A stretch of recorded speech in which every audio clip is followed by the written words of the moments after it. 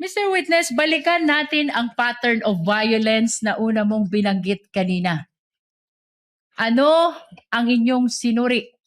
Kung mayroon man, kaugnay ng pattern of violence ng Vice Presidente. Sa tulong po ng aming pong Special Task Force ay aming pong binalikan ang mga pangyayari na yan naman po ay lumabas na tinatawag namin sa media na mga open source intel namin.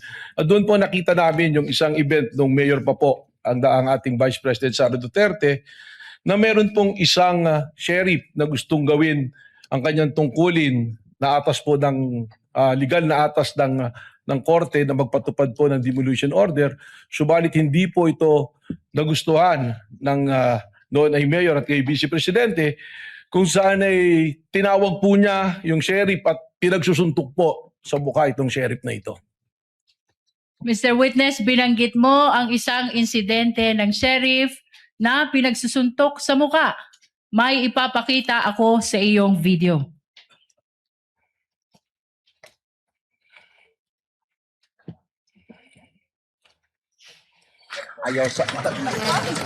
Noong July 2011, habang nakaupong mayor ng Davao City, sinapak ni Vice President Sara Duterte ang isang court sheriff.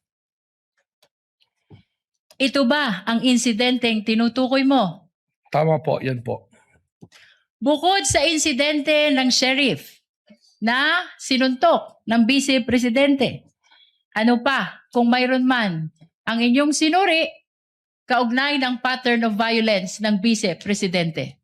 As part of our investigation, kami po ay nakakakuha ng mga dokumento related po dito sa aming inimbestigan kung saan we got hold of affidavit of ito pong dating police ni si Arturo Las Canas na self-confessed member ng DDS na kung saan doon po sa kanyang affidavit na yan ay atin pong nakita at inilalarawan po at sinasabi nitong ni Arturo Las Canas na ang Vice Presidente mismo ay kasama doon sa Oplan Tokhang, isa sa mga arkitekto ng Oplan Tokhang.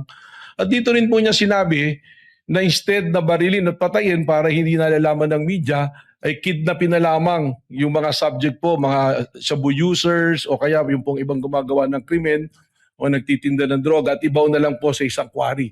Na kung saan natagpuan po later nitong Laod Quarry na mayroon po mga biktima ng extrajudicial killings.